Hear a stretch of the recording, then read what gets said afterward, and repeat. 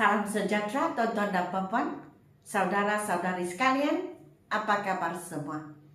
Nama saya ialah Dr. Lee dan saya berasal dari Bukit Mertajam. Buat masa ini saya tinggal di Kluang Johor. Jadi selamat menyertai program saya, di mana kali ini adalah video yang terakhir untuk Malaysia University English Test MUWET ataupun MILT. Sebagaimana kita sedia maklum, saya sedang memuat naik cara menulis karangan, kaedah menulis karangan dengan format yang tepat. Jadi saya pernah mengajar, saya sudah mengajar introduction, pengenalan, content, isi, 3 isi penting. Kalau ingin menulis 4 isi penting, boleh juga. Hanya pada pendapat saya, oleh kerana kita perlukan atau oleh sebab kita hanya perlukan untuk muat 250 patah perkataan, maka 5 paragraf. 1 paragraf ataupun perenggan untuk pengenalan, 1 untuk konklusi atau kesimpulan, dan 3 isi penting. Saya rasa sudah memadai, sudah cukup. Tetapi jikalau kamu mempunyai 4 isi penting dan kamu ingin menulis dan mengembangkannya dalam karangan kamu, boleh juga, tidak ada masalah. Ya, jikalau kamu tulis 3 perenggan, ikutlah cara yang pernah saya mengajar. Boleh sampai ke 60, 70 hingga 80 patah perkataan setiap perenggan. Jadi termasuk pengenalan atau introduksi sama kesimpulan, saya rasa tidak susah kita menulis 250 ke atas. Bagi saya, ataupun lebih tepat saya cakap beginilah, kita disuruh atau kita diarah untuk menulis sekurang-kurang 250 patah perkataan, bukan maksimum 250 patah perkataan. Jadi jikalau kamu boleh mengawal masa, yang penting mengawal masa, janganlah sehingga kita tidak ada masa untuk membuat penutup dan masa sudah sampai. Tidak ada masa untuk membuat konklusi, masa sudah sampai. Oleh sebab kita ingin menulis banyak. Jadi bagi saya 3 perenggan, 3 isi penting sudah memadai, sudah cukup. Ya, kalau ingin 4 pun oke juga. Jadi di sini kita boleh melihat saya buat 3 kesimpulan ataupun penutup. Sebab saya pun sudah membincang dengan kalian pengenalan, isi penting, kaedah menulis isi penting, dan sekarang kaedah menulis konklusi ataupun kesimpulan. Jadi conclusion, jikalau kalian diberi satu tajuk yang perlukan kalian menulis pendapat, opinion, what is your opinion? Maka dengan melihat ini, saya tidak perlu menulis tajuk, tahu. Saya hanya tulis begini, kamu sudah atau kalian pun sudah tahu apakah tajuknya. Sebab satu karangan yang baik, terutama dari segi peperiksaan, kita harus menulis penutup, dan ayat pertamanya adalah akan menyentuh tajuk dan 3 isi penting. So seperti saya pernah mengajar, kita perlu mempunyai satu kita panggil thesis penyata atau thesis statement.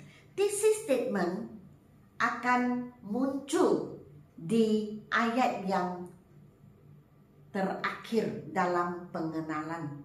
Jadi dalam pengenalan kamu mula dengan background information ataupun latar belakang tajuk. Selepas itu kamu mesti pastikan bahawa ayat yang terakhir dalam peringatan pertama atau pengenalan mesti mempunyai thesis statement. Dan kamu di thesis statement, jikalau ia adalah opinion, in my opinion. Kemudian kamu bekalkan 3 isi penting. Dan ayat ini, thesis statement, kita akan tulis di pengenalan. Jadi pengenalan in conclusion, it is obvious, adalah jelas, ataupun kita cakap sudah terang lagi bersulur, sama juga, jelaslah.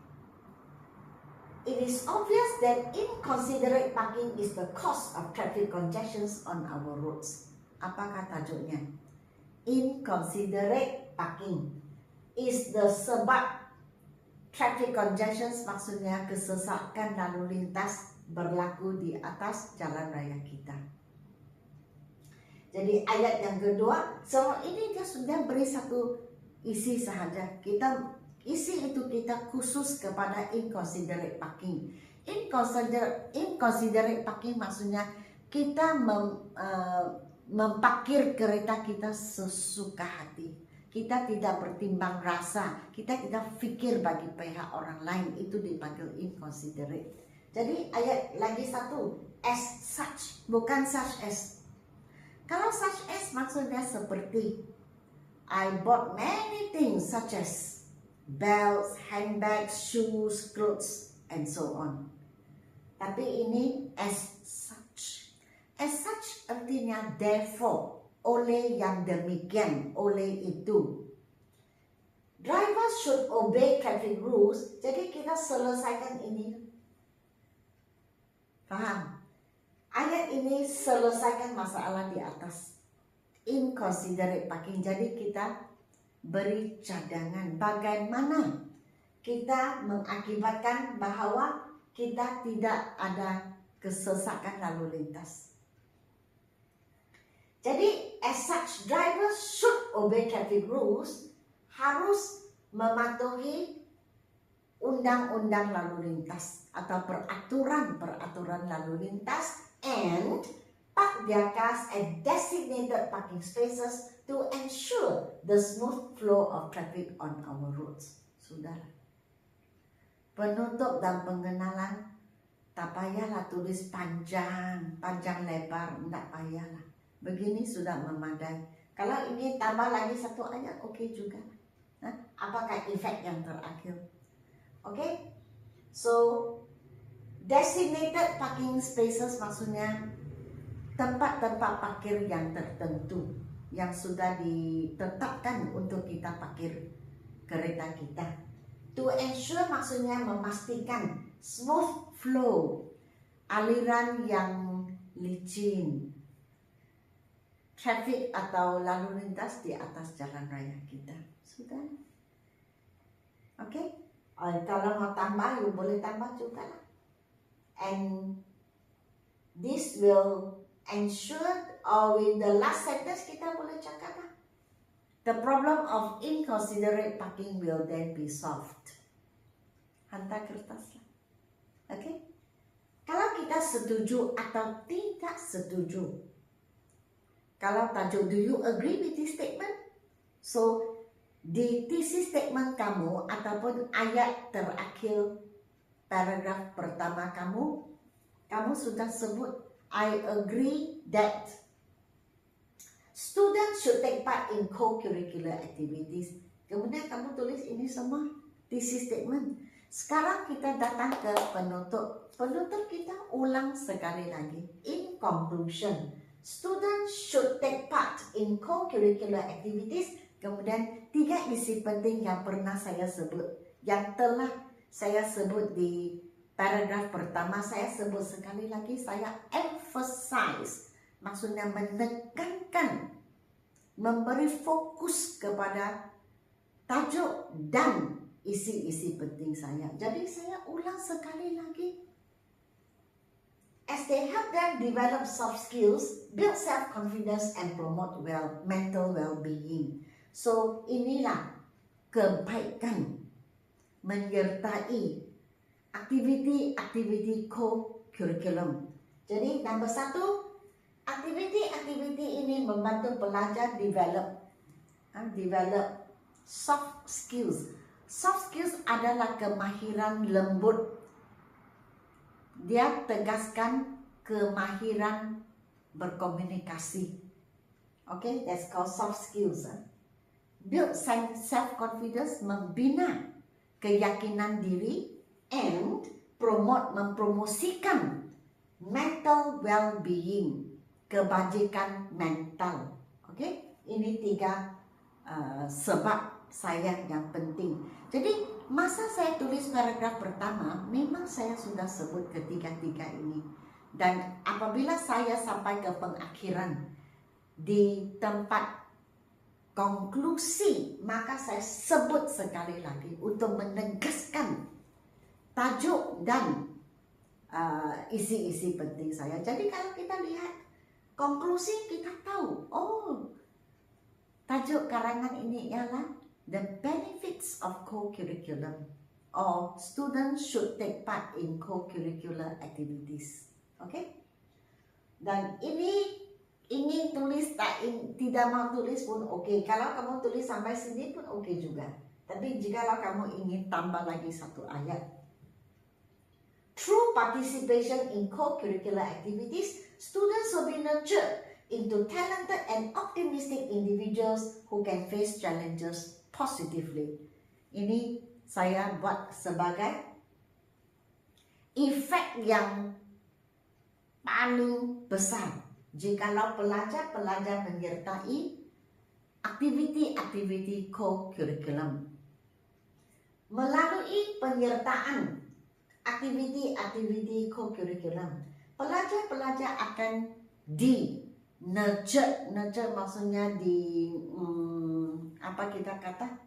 Nurture maksudnya kita akan menyemai benih-benih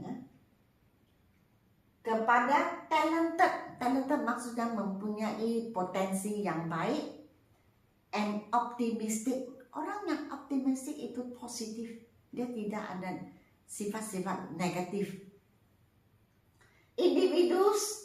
Individuals atau individu yang boleh menghadapi cabaran-cabaran dengan positif. Optimistik, positif. Oke? So, kamu boleh tulis begini. Atau kalau kamu tidak setuju, sama juga. Apakah 3 isi penting, bagaimana kamu tidak setuju? Oke? Neutral. Ini untuk jenis perbincangan, discursive essays, di mana saya ingin menulis tanpa mempunyai saya duduk di atas pagar lah, boleh dikatakan begitu. Jadi saya membincangkan, ada kebaikan, ada keburukan.